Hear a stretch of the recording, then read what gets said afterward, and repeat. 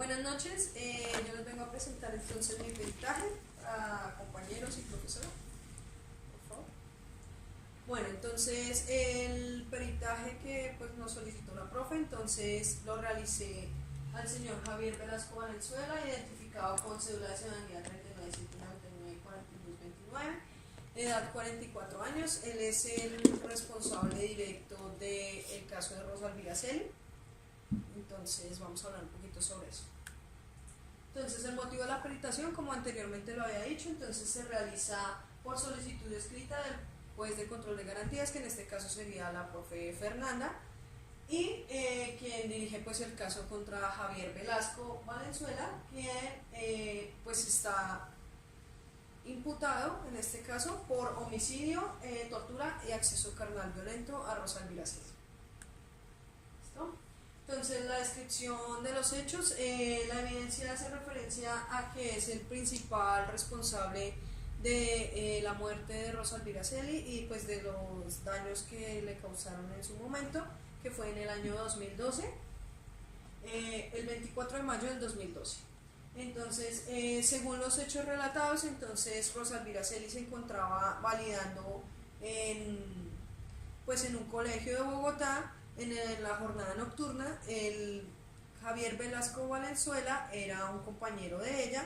Un viernes en la noche salieron de la clase y pues se fueron a departir un momento y demás, y iban con otro compañero. Sin embargo, el otro compañero en un momento los dejó a un lado, se fue para su casa y ella se quedó sola con Javier Velasco.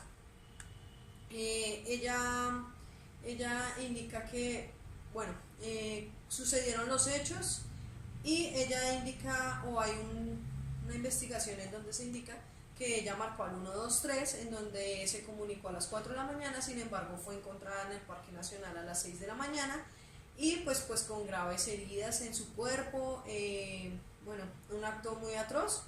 Y ella indica que él es el principal responsable de lo que le sucedió. Entonces, cuando la están trasladando a la clínica, ella indica que él es el principal responsable de lo que le acaba de suceder.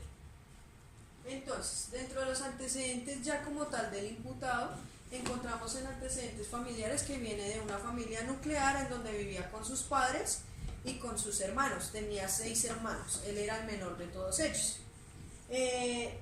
Encontramos que era una familia disfuncional, porque pues él tenía una mala relación con su padre, inclusive en alguna ocasión llegaron a tener fuertes enfrentamientos y su padre le clavó un cuchillo en la pierna.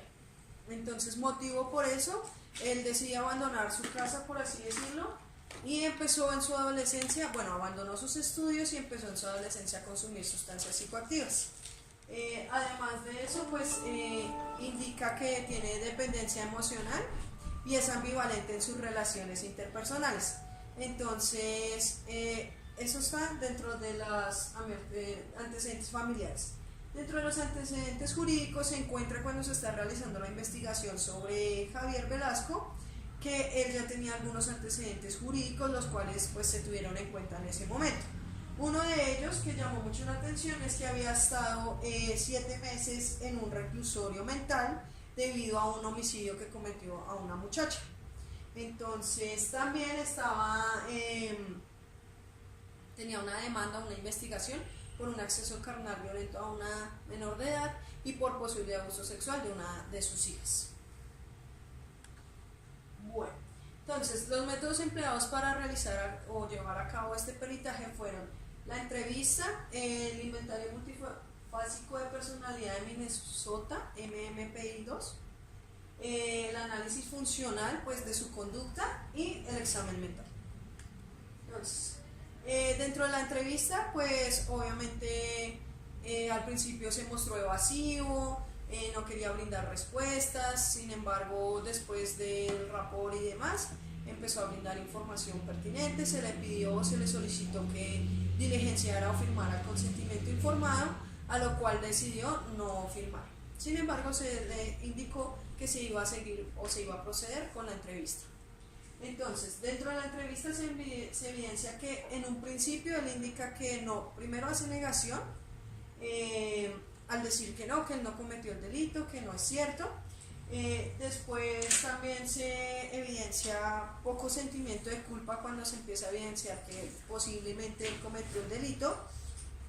Ambivalencia y dependencia emocional, porque durante la entrevista indica que ha tenido varias relaciones, sin embargo ninguna ha sido fructífera debido a que él siente mucho miedo de perder a sus seres queridos.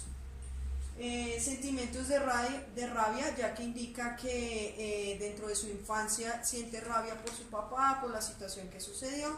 Entonces, y poca tolerancia a la frustración, denotado en que apenas tuvo su dificultad en la adolescencia, recurrió a las drogas y abandonó el colegio.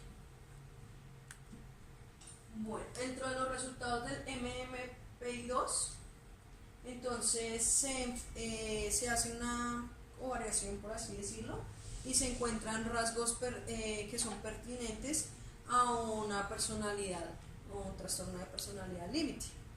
Entonces, estos principales rasgos en los que me basé para pues indicar esto fue la poca capacidad de sentimiento o remordimiento o culpa, el conflicto constante frente a las normas, ya que tenía antecedentes penales y demás. Dentro de la prueba se destaca un perfil egocéntrico y manipulador y carente de expresiones emocionales. Por último, también se evidencia lo que anteriormente habían mencionado en la entrevista, que es dependencia emocional, poca tolerancia a la frustración y ambivalencia emocional. Bueno, dentro del análisis funcional encontramos dentro de sus respuestas en el motor, que refiere movimientos parásitos. En lo cognitivo indica tener pensamientos relacionados con la culpa en ocasiones, cabe resaltar que en ocasiones, no se presenta siempre. Su pensamiento no es estructurado, ya que no tiene unas ideas claras y concisas para brindarle al interlocutor. Incapacidad para pensar en sus actos antes de cometerlos. Él indicaba que era muy impulsivo y que no pensaba sus acciones antes de realizarlas. En lo fisiológico siente sudoración, aceleración del ritmo cardíaco, tensión muscular y ruboración. En lo afectivo, bueno, sentimientos de culpa por el hecho y también pocas relaciones. Consecuencias de lo que sucedió, entonces indica que no merece ser encarcelado porque él hace referencia a que el acto que cometió fue porque amaba a Rosalvira Celi en silencio. Y a nivel del proceso, pues que el proceso no es de relevancia para él, ya que él siente que saldrá sin ningún tipo de juicio, por así decirlo. Y frente al juicio, él indica que lo juzgarán inocente, debido a que en una ocasión anterior también logró salir librado. Dentro de su examen mental, entonces, pues durante la entrevista él se encuentra orientado en persona, tiempo y espacio. Sin embargo, su presentación personal no es acorde para una entrevista, ya que se evidencia que a sus 44 años utiliza ropa muy juvenil, llega con una pañoleta en la cabeza, chaqueta de cuero, pantaloneta y demás. En cuanto a la actitud, al principio de la entrevista se muestra hostil, no quiere colaborar, no desea firmar el consentimiento informado. Sin embargo, a medida que avanza la entrevista, realiza pues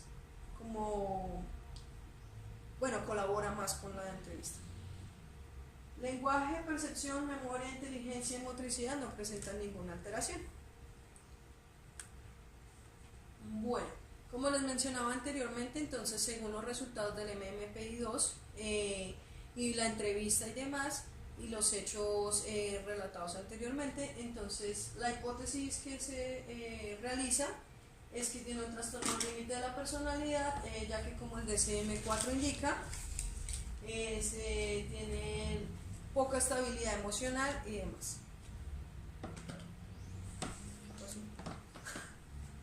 Ok, bueno, entonces, por último, como conclusión, entonces, Javier Velasco cumple pues con los criterios diagnósticos del DSM-4, específicamente con 4 de los 7 criterios.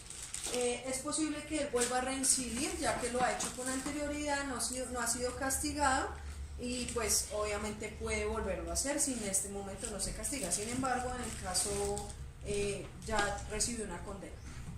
Y por último es importante que él inicie un proceso terapéutico pues con ayuda de psicología y demás para su dificultad. Y muchas gracias.